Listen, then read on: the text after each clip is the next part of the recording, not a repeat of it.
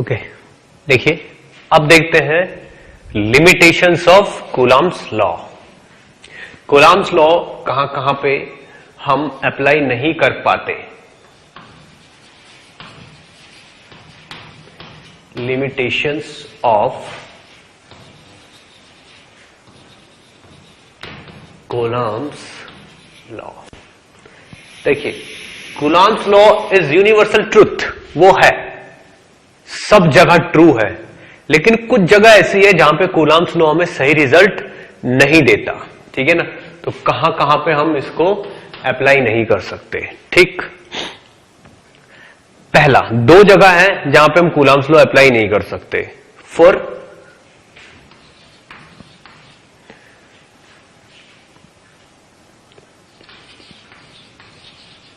Bodies और continuous charges, वहां पे हम इसको अप्लाई नहीं कर सकते। मतलब क्या हुआ? मतलब ये हुआ कि जिन जगहों पे मान लीजिए ये कोई चार्ज है, ये ठीक है, अब आप ये देखिए इस पे चार्ज इक्वली डिस्ट्रीब्यूटेड होगा ऐसे। अगर ये कोई कंडक्टर है तो इस पे चार्ज इक्वली डिस्ट्रीब्यूटेड होगा ऐसे, यूं करके ऐसे। अब इस चार्ज का सेंटर है ये, ठीक। अब यहां से किसी पर्टिकुलर डिस्टेंस r पे एक दूसरा चार्ज रखा हुआ है,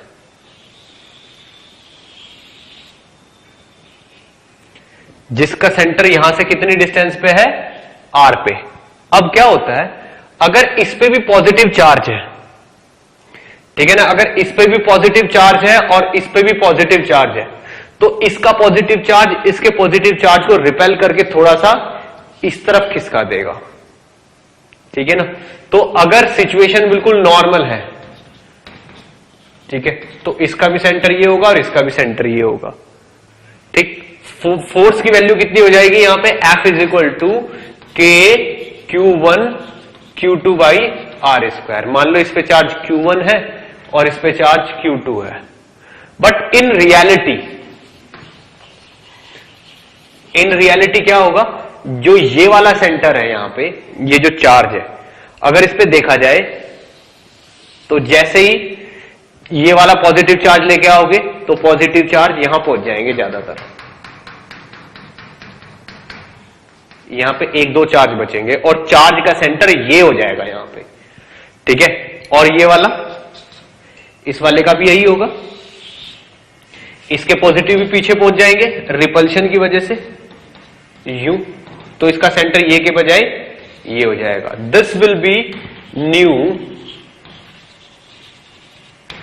सेंटर ऑफ चार्ज। ये चार्ज का नया सेंटर होगा और ये यहां पे थ्योरेटिकल सेंटर है, यहां पे this will be new centre. तो अब इफेक्टिव डिस्टेंस ये वाली हो जाएगी r। ठीक, तो ये रिजल्ट जो है, ये रिजल्ट आपको गलत हो जाएगा। अब नया centre of charge find out करना इज नॉट सो इजी, इसलिए कंटिन्यूअस बॉडीज में कूलम्ब्स लॉ में सही रिजल्ट नहीं देता। हम एक बॉडी के सेंटर से दूसरे सेंटर तक की डिस्टेंस के अकॉर्डिंग जो रिजल्ट निकालते हैं वो रिजल्ट गलत आता है। ठीक है, और ये एक्चुअल रिजल्ट ये होगा।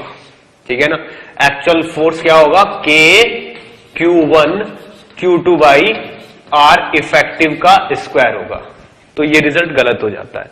तो कंटिन्यूअस बॉडीज के केस में कूलम्ब्स लॉ में गलत रिजल्ट देता है, रियल रिजल्ट ये होता है। और आर इफेक्टिव हमें नहीं पता होता, क्योंकि इंडक्शन से जो ट्रांसफर, जो शिफ्टिंग होती है, दैट इज नॉट कैलकुलेट, मतलब that is not easy to calculate. ठीक, अब सेकंड, ठीक है ना, इस चीज को अच्छे से नोट करिए, फिर नेक्स्ट लिमिटेशन बताता हूं मैं आपको।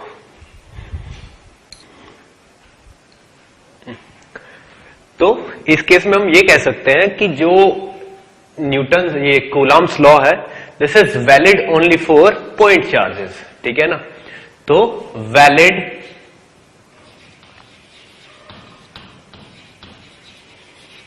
only for point charges. ठीक है. अब second, valid only for static charges. ये केवल स्टैटिक चार्जेस के लिए वैलिड है. क्यों? क्योंकि मान लीजिए एक चार्ज तो ये है Q1 और दूसरा चार्ज ये है Q2. ये दोनों मूविंग है. ये इस डायरेक्शन में मूव कर रहा है, ये इस डायरेक्शन में मूव कर रहा है. मान लीजिए सेम वेलोसिटी से मूव कर रहे हैं और दोनों के बीच का सेपरेशन जो है वो R है. ठीक है ना. तो इस वक्त इलेक्ट्रिक फोर्स होना चाहिए KQ1 Q2 by R square. पर रिजल्ट ये नहीं होता, कुछ और ही होता है. वो इसलिए क्योंकि ये मूविंग चार्ज है. This is moving charge.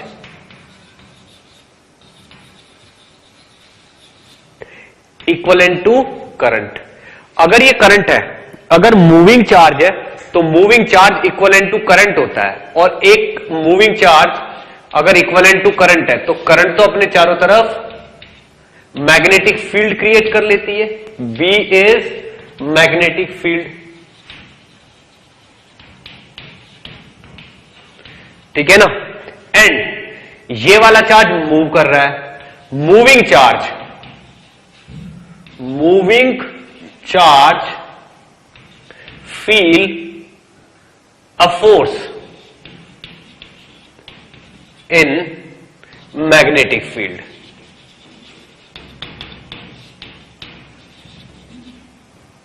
यानी कि इस चार्ज के चलने की वजह से ये करंट बनी और करंट की वजह से यहां पे एक मैग्नेटिक फील्ड प्रोड्यूस हो गया. अब इस मैग्नेटिक फील्ड में ये चार्ज मूविंग है. कितनी वेलोसिटी से? U से. तो F इज इक्वल टू होता है QVB साइन थीटा. तो इस फॉर्मूले के अकॉर्डिंग इस मूविंग चार्ज पे फोर्स लगेगा. कौन सा फोर्स? Magnetic force. तो इस पे F नेट जो होगा वो इलेक्ट्रोस्टैटिक फोर्स भी होगा और मैग्नेटिक फोर्स भी होगा. दो टाइप के फोर्स हो जाएंगे. इसलिए आपको एक अलग अकेला फोर्स नहीं मिल पाएगा. इसलिए यहां पे कूलम्ब्स लॉ आपको राइट रिजल्ट नहीं देगा. क्यों? क्योंकि साथ में मैग्नेटिक फोर्स भी जुड़ गया है. क्लियर. अब एक चीज और देखिए,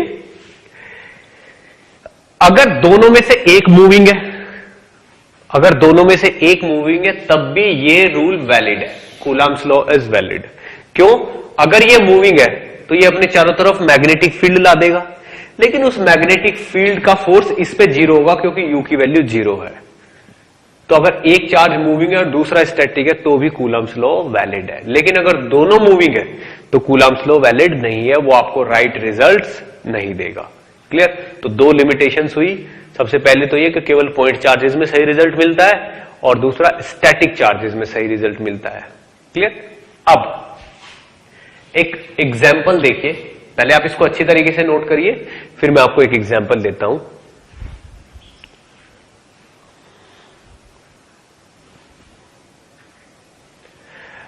ओके. तो अब हम कूलम्ब्स लॉ पे बेस्ड एग्जाम्पल्स पे आ जाते हैं. देखिए, मान लीजिए मेरे पास दो पॉजिटिव चार्जेस हैं. एक ये पॉजिटिव चार्ज है और एक ये मेरे पास पॉजिटिव चार्ज है. ठीक है ना. इन दोनों को मिलाने वाली लाइन है ये. ठीक है. मुझे बोला गया है कि इन दोनों के बिल्कुल सेंट्रल पॉइंट पे यहां पे एक पॉजिटिव चार्ज रखा हुआ है ऐसे, यूं, जिसकी वैल्यू है Q0. ये Q है, ये भी Q है और ये Q0 है. बिल्कुल सेंटर में रखा हुआ है. यानी कि अगर ये वाली डिस्टेंस टोटल 2a है तो ये वाली डिस्टेंस है a. तो ये भी डेफिनेटली a होगी. ठीक. अब उसने कहा है कि अगर इसको थोड़ा सा ऐसे राइट साइड में या लेफ्ट साइड में शिफ्ट कराया जाए, ऐसे थोड़ा सा x डिस्टेंस, मान लो यहां से यहां तक इसको x डिस्टेंस शिफ्ट कराया जाए, तो शिफ्ट करा के छोड़ दिया जाए तो क्या होगा? यहां पे इसकी वजह से फोर्स इस तरफ ज्यादा होगा और इसकी वजह से फोर्स इस तरफ कम होगा। तो यहां पे जो रिजल्टेंट फोर्स निकलेगा वो इस तरफ निकलेगा, रिजल्टेंट फोर्स। यानी कि अगर मैं पार्टिकल को इस तरफ शिफ्ट करूंगा तो फोर्स इस तरफ आएगा और पार्टिकल को मैं इस तरफ शिफ्ट करूंगा तो फोर्स इस तरफ आएगा। तो ये वाली कंडीशन एसएचएम की बन जाती है, ठीक है ना। फाइंड टाइम पीरियड किसका, मास m चार्ज q नोट, इस पार्टिकल का। यानी कि दो पॉजिटिव चार्जेस के बीच में अगर छोटा सा पॉजिटिव चार्ज रख दिया जाए जिसका चार्ज q नोट और मास m हो तो वो एसएचएम करेगा। अगर एसएचएम करेगा तो उसका टाइम पीरियड बताइए। तो सबसे पहले तो मुझे यही प्रूव करना है कि ये एसएचएम करेगा या नहीं, ठीक है। फिर उसके बाद मुझे इसका टाइम पीरियड पता करना है, ठीक है। तो चलिए देखते हैं, इसको सॉल्व करने की कोशिश करते हैं। मान लीजिए ये पॉजिटिव पार्टिकल यहां पहुंच गया, इस जगह x डिस्टेंस पे। तो ये वाली डिस्टेंस कितनी हो गई, a माइनस एक्स, और ये कितनी हो गई, a प्लस एक्स। तो इस बॉडी पे नेट फोर्स कितना हो गया, इस पे एक फोर्स तो इस तरफ होगा और दूसरा फोर्स इस तरफ होगा, ठीक है ना। ये चार्ज a मान लो और ये वाला चार्ज b मान लो। तो ये होगा फोर्स ड्यू टू a और ये होगा फोर्स ड्यू टू b, ठीक। अब fa की वैल्यू कितनी होगी, यानी कि इसकी वजह से इस पे इस तरफ लगने वाला फोर्स कितना होगा, वो होगा k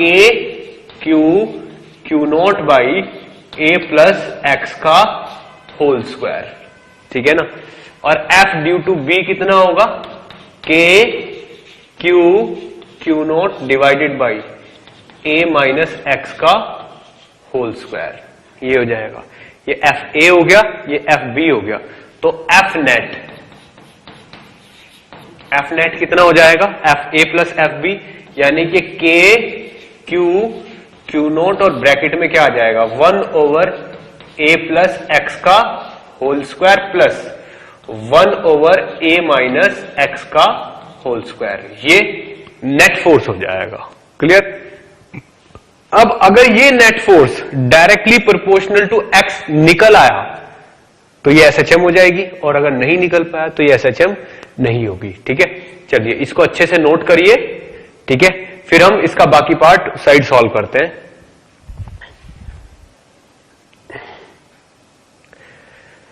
ओके, तो एक कंडीशन है कि यहां पे जो x है, x is very small, x very small. अब देखते हैं ये जो फोर्स का एक्सप्रेशन है इसको देखते हैं क्या बन जाता है ये, ठीक है। तो F इज इक्वल टू हो जाता है हमारा K Q naught into 1 over A plus x का whole square plus 1 over A minus x का होल स्क्वायर, ठीक है। अगर इसको ओपन किया जाए तो यहां से A स्क्वायर प्लस क्या माइनस होगा, ये यहां पे दोनों फोर्स एक दूसरे के अपोजिट है तो वहां पे भी माइनस होगा, ठीक। तो ये हो जाएगा a माइनस एक्स का होल स्क्वायर इधर आ जाएगा, a प्लस एक्स का होल स्क्वायर इधर आ जाएगा। एक्चुअल में ये चीज हो जाएगी k q नोट, नीचे a plus x a minus x, यानी कि a square minus x square का होल स्क्वायर तो नीचे आ जाएगा, और ये क्या हो जाएगा, a square plus x square minus 2ax minus 2x, तो माइनस का 4ax आ जाएगा ऊपर। तो ये क्या हो गया, माइनस का 4 q नोट a, और X square is tending to 0। तो यहां पे नीचे क्या कर सकते हो आप, इसको x को एज इट इज यहां पे रख दो, और a square minus x square का जो होल स्क्वायर है इसमें x को पुट कर दीजिए 0, क्योंकि x ऑलरेडी बहुत स्मॉल है और उसका स्क्वायर करेंगे तो और छोटा हो जाएगा। तो ये वाली चीज केवल a टू दी पावर 4 रह जाएगी। तो यहां पे क्या होगा, इस एक a से ये पावर कैंसिल हो जाएगी, a क्यूब रह जाएगा। तो माइनस 4 k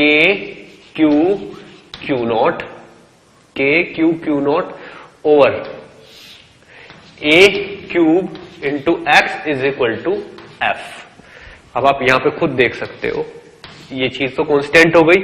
तो यहां से f is directly proportional to minus x आ गया, that means it's an SHM. ये एक एसएचएम हो गई है। अब दोनों साइड अगर मैं m से डिवाइड कर दूं तो f upon m is equal to a is equal to minus 4k Q naught by m a cube into X, ये हो गया। अब ये वाली क्वांटिटी जो ब्रैकेट में है, ये वाली क्वांटिटी जो ब्रैकेट में है, दिस इज ओमेगा स्क्वायर, ठीक है। तो यहां पे क्या होगा,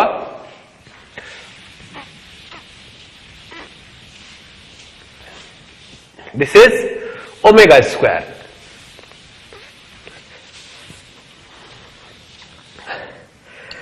तो ये वाली जो क्वांटिटी यहां पे, क्योंकि a इज इक्वल टू क्या होता है माइनस ओमेगा स्क्वायर एक्स, तो यहां से ओमेगा स्क्वायर की वैल्यू क्या आ गई, k Q naught by m a cube, ठीक है। तो टाइम पीरियड क्या होता है 2 पाई बाई ओमेगा, यानी कि सीधे सीधे time period is equal to 2 pi under root m a cube divided by this is 4 k Q naught. ये आपका टाइम पीरियड हो गया, यानी कि एसएचएम होगी with this time period. Clear. अब सेम क्वेश्चन, बिल्कुल सेम क्वेश्चन है, लेकिन क्या है, दो नेगेटिव चार्जेस है। एक तो नेगेटिव चार्ज ये है और एक नेगेटिव चार्ज ये रहा। अगर मैं अब इन दोनों को ऐसे रखूं यूं और इस पॉइंट पे एक पॉजिटिव चार्ज रखूं, ठीक है, तो ये चार्ज Q है, ये चार्ज भी Q है, मैग्नीट्यूड में माइनस क्यू, और ये चार्ज है प्लस का Q नॉट। यहां से यहां तक की जो ये डिस्टेंस है दिस इज 2a, ठीक है। इसका चार्ज Q नॉट और मास m है, ठीक है ना। फाइंड टाइम पीरियड, इतना लिखा हुआ है। क्या ये पार्टिकल एसएचएम करेगा? अगर मैंने इसको थोड़ा सा भी राइट में शिफ्ट कर दिया तो ये जाके इस वाले माइनस से चिपक जाएगा।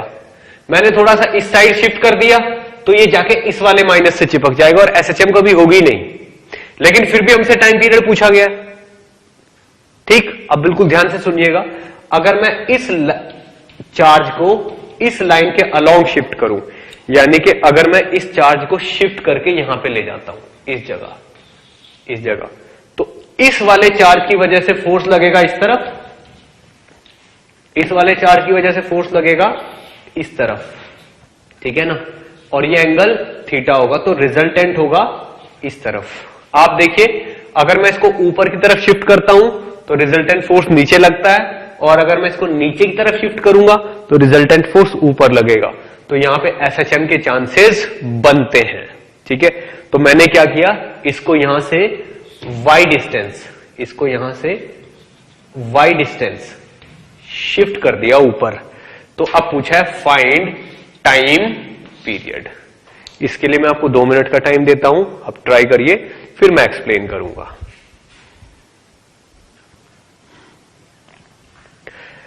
ओके, तो इस जगह अगर मैं इसको थोड़ा सा एनालाइज करूं, इस लाइन को यूं, तो इस पॉइंट पे इस तरफ लगने वाला नेट फोर्स कितना होगा, ये वाला F। तो ये देखिए, इस चार्ज की वजह से इसको इस तरफ लग रहा है कितना F फोर्स, और इस तरफ भी कितना लग रहा है F फोर्स। तो इस तरफ कितना होगा, ये 2F cos थीटा।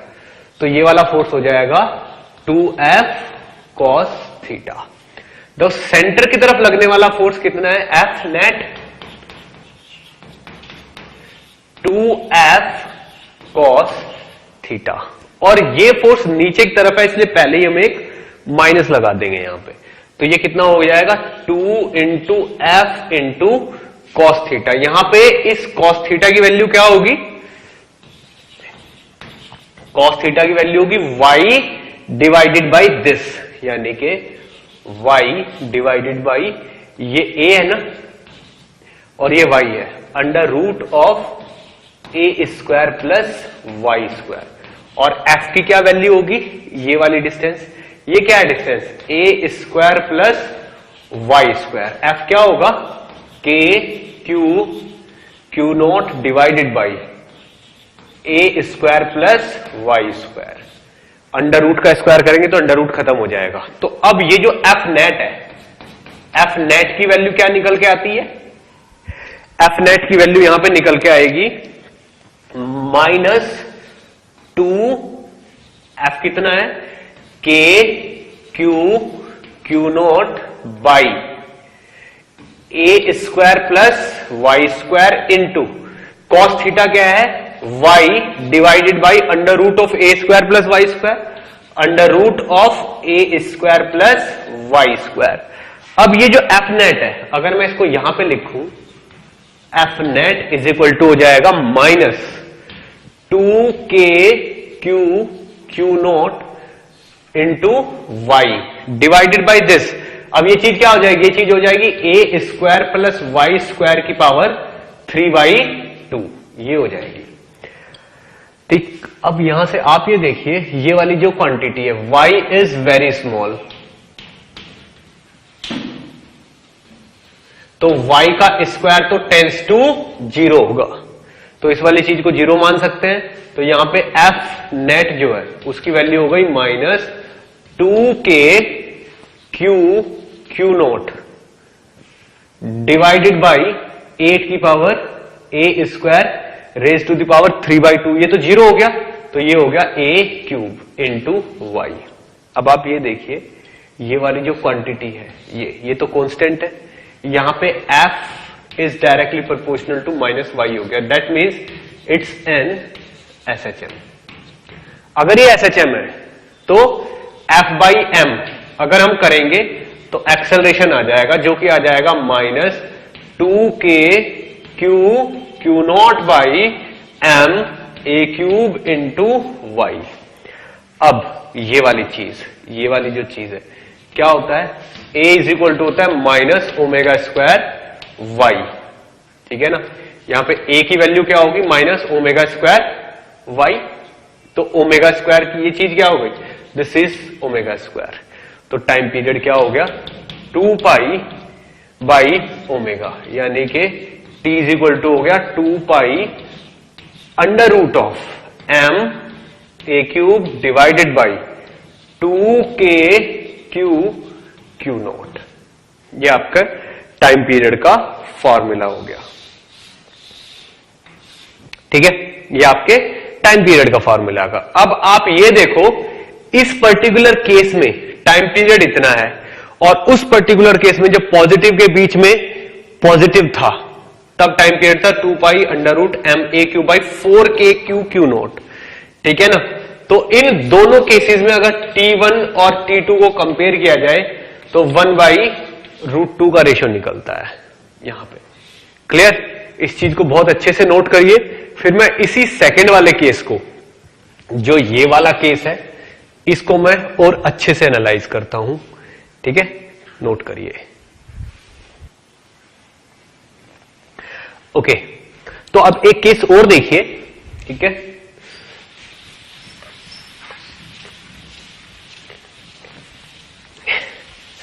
हमने इसी पर्टिकुलर केस को थोड़ा और अच्छे से एनालाइज करना है, ठीक है। क्या है,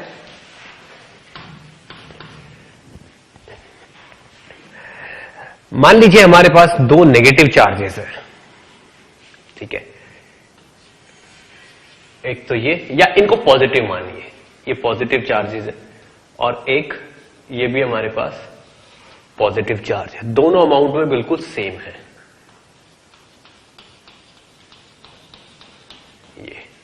ये भी चार्ज Q है और ये भी चार्ज Q है, इन दोनों को बिल्कुल बाइसेक्ट करने वाली एक लाइन है ऐसे, यूं। अगर मैंने यहां पे इस पॉइंट पे कोई नेगेटिव चार्ज रख दिया तो ये ऐसे ऐसे SHM होने लगेगी, लेकिन फिर भी मैं यहां पे अगर एक एनालिसिस करूं तो मान लीजिए मैंने यहां पे पॉजिटिव का Q नोट रख दिया, पॉजिटिव का Q नोट रख दिया, तो यहां पे इसकी वजह से इस पे फोर्स इस तरफ होगा और इसकी वजह से इस पे फोर्स इस तरफ होगा, अगर ये पॉजिटिव का क्यू नोट है तो। ठीक है, अब आप ये देखो, ये वाला एंगल अगर थीटा है तो इस पे नेट फोर्स ऊपर की तरफ कितना होगा, ये फोर्स होगा 2F cos थीटा। ठीक है, तो अगर मैं इस फोर्स को एनालाइज करूं अच्छे से, इस फोर्स को देखिए, F फोर्स ये है, F ये है, ये थीटा है और ये भी थीटा, तो F cos theta, F cos theta, तो F नेट जो है that is 2 into F into cos theta, ये है। 2 को एज इट इज रहने दो, ठीक है ना। अब आप एक चीज देखिए, जो F है, अगर मैं इस पॉइंट को यहां से यहां शिफ्ट करता हूं दूसरी पोजीशन पे, तो ये वाली वैल्यू बढ़ जाती है, ठीक है ना। ये वाला फोर्स क्या है, F, और F की वैल्यू कितनी है, K क्यू नोट ओवर ए स्क्वायर प्लस एक्स स्क्वायर, ठीक है ना। और x के बजाय मुझे ये चीज क्या लेनी पड़ेगी, y, ए स्क्वायर प्लस वाई स्क्वायर। अब आप देखिए, अगर मैं y को इंक्रीज करता हूं तो y को इंक्रीज करने से ये वाला फोर्स डिक्रीज होता है, ठीक है ना। If y increases this force decreases, लेकिन y को इंक्रीज करने से थीटा कम हो जाता है, और थीटा कम होने से cos थीटा की वैल्यू इंक्रीज होती है। तो ये वाला फैक्टर तो इंक्रीज होगा, तो ये वाला फैक्टर डिक्रीज होगा। यानी कि अगर मैं 2F cos थीटा लिखता हूं तो ऊपर जाने से ये वाला फैक्टर डिक्रीज होगा और ये वाला इंक्रीज होगा, और अगर मैं नीचे जाता हूं तो ये वाला फैक्टर, क्योंकि ए स्क्वायर प्लस वाई स्क्वायर की वैल्यू कम होगी तो ये इंक्रीज होगा और ये डिक्रीज होगा। यानी कि दोनों फोर्स, दोनों फैक्टर्स एक दूसरे के अपोजिट है, दोनों फैक्टर्स एक दूसरे के अपोजिट है। अब यहां से मुझे एक फैक्ट पता चलता है कि at y is equal to 0 f is equal to 0 and at y is equal to infinity, ये भी f is equal to 0। y is equal to infinity पे f इज इक्वल टू 0 है, क्योंकि अगर ये चार्ज इंफिनिटी पे पहुंच गया तो भी तो फोर्स 0 होगा, और ये वाला चार्ज यहां पहुंच गया तो ये वाले फोर्स एक दूसरे को कैंसिल आउट करके फोर्स को 0 कर देंगे। बोथ द केसेस में F इज इक्वल टू 0 है, लेकिन इनके बीच में F is not equal to 0, इनके बीच में F is not equal to 0। इसका मतलब यह हुआ, अगर इंफिनिटी पे जाके फोर्स 0 है तो at infinity cos theta is equal to 1, at infinity cos theta is equal to 1, क्यों, थीटा इज इक्वल टू 0। तो इंफिनिटी पे theta is equal to 0, cos theta is equal to 1, that means कि जो force 0 हो रहा है वो इस y की वजह से 0 हो रहा है, ठीक है ना। लेकिन at y is equal to 0, theta is equal to 90 degree, cos theta is equal to 0। तो यहां पे जो फोर्स 0 है वो cos थीटा की वजह से, लेकिन यहां पे जो फोर्स 0 है ड्यू टू y है। यानी कि इनफाइनाइट पे फोर्स 0 किसने किया है, इस सेपरेशन ने, y ने, और यहां पे 0 किसने किया है, इस cos थीटा ने, क्योंकि थीटा की वैल्यू यहां पे 90 होगी तो ये दोनों के दोनों फोर्स एक दूसरे को कैंसिल आउट कर देंगे। तो यहां पे cos थीटा डोमिनेट करता है और इनफाइनाइट पे ये वाली डिस्टेंस डोमिनेट करेगी, ये आपको पता होना चाहिए। That is why there exist a maxima और मिनिमा। ये क्या है, के Q naught by A square plus Y square, ठीक है। ये तो ये होगा और ये क्या होगा, वाई ओवर ए स्क्वायर प्लस वाई स्क्वायर का अंडर रूट। तो यहां पे ये वाली चीज न्यूमरेटर में आती है और यहां पे ये वाली चीज डिनोमिनेटर में आती है। तो y क्या है, एक फंक्शन को बढ़ाता है और दूसरे को कम करता है, ये। So there exist a maxima और मिनिमा बिटवीन 0 एंड इंफिनिटी। देखिए, अगर किसी फंक्शन की वैल्यू 2 पॉइंट पे 0 है तो बीच के किसी पॉइंट पे या तो मैक्सिमा होगा या मिनिमा होगा। तो अब आप ये देखिए, जब इस फोर्स की वैल्यू यहां पे भी 0 है और इनफाइनाइट पे भी 0 है तो बीच में कहीं ना कहीं पे मैक्सिमा या मिनिमा होगा। आप ट्राई करिए इसको, ठीक है।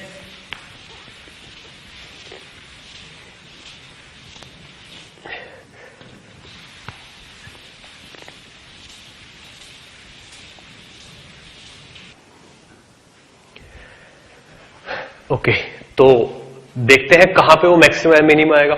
उसके लिए मुझे क्या करना पड़ेगा, मुझे f को df ओवर dy करना पड़ेगा और इसको 0 के बराबर करना पड़ेगा। देखिए, व्हाट इज f? f की वैल्यू क्या हुई, 2k q naught into y over a square plus Y square और रेज टू द पावर 3/2 ये हुआ। तो df over dy is equal to, अगर मैं 0 करूं तो यहां से y की वैल्यू आएगी प्लस माइनस a/√2, ठीक है, y की इस वैल्यू पे, ठीक है ना। तो y is equal to plus का a/√2 और y is equal to minus का a/√2। इस पे मैक्सिमा एंड मिनिमा आना ही आना है, ठीक। अब ये वाली वैल्यू आने का मीनिंग क्या है, ठीक है। देखिए, बिल्कुल ध्यान से सुनिएगा, ये पॉजिटिव चार्ज, ये भी एक पॉजिटिव चार्ज बीच में ये है, ठीक।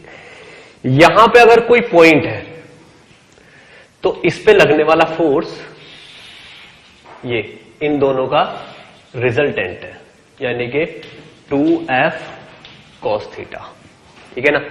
जब यहां पे होते हैं तो फोर्स की वैल्यू 0 होती है, क्यों, दोनों फोर्स एक दूसरे को कैंसिल आउट कर देते हैं। लेकिन यहां पे धीरे धीरे उनका रिजल्टेंट बनना शुरू हो जाता है, ठीक है ना।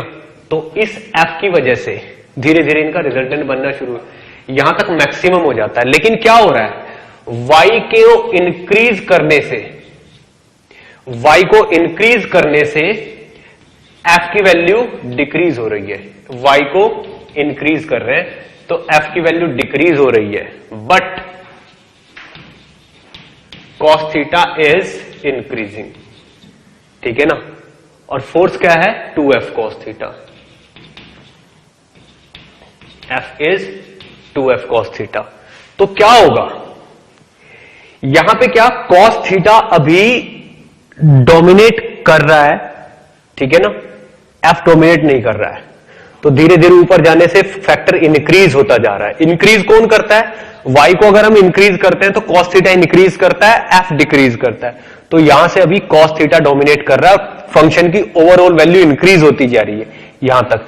यहां के बाद, ठीक है ना, मान लीजिए ये वाली डिस्टेंस कितनी हो गई, ये वाली डिस्टेंस हो गई a/√2।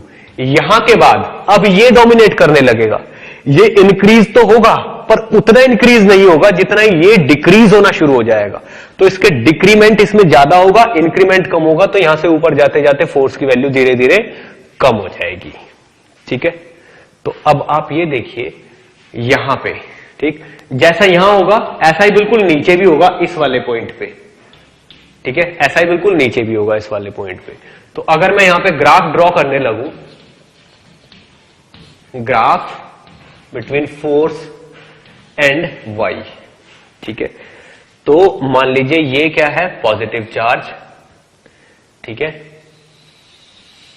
और ये भी क्या है, एक पॉजिटिव चार्ज, और ये वाली लाइन मान लीजिए, इस वाली लाइन पे इस तरफ क्या है, y। तो ये वाला point f and y, force on positive q note, positive q। तो यहां पे फोर्स की वैल्यू सबसे ज्यादा होगी। तो इस एक्सिस पे हम फोर्स प्लॉट कर रहे हैं और इस एक्सिस पे हम y प्लॉट कर रहे हैं। तो फोर्स वाला ग्राफ इस तरीके से होगा, और इधर की साइड ये वाला पॉइंट होगा वो तो यहां से फोर्स वाला ग्राफ इस तरीके से होगा। तो ये वाली distance y is equal to minus a by root two और ये वाली distance y is equal to plus a by root two और ये वैल्यू किसकी हुई? फोर्स की।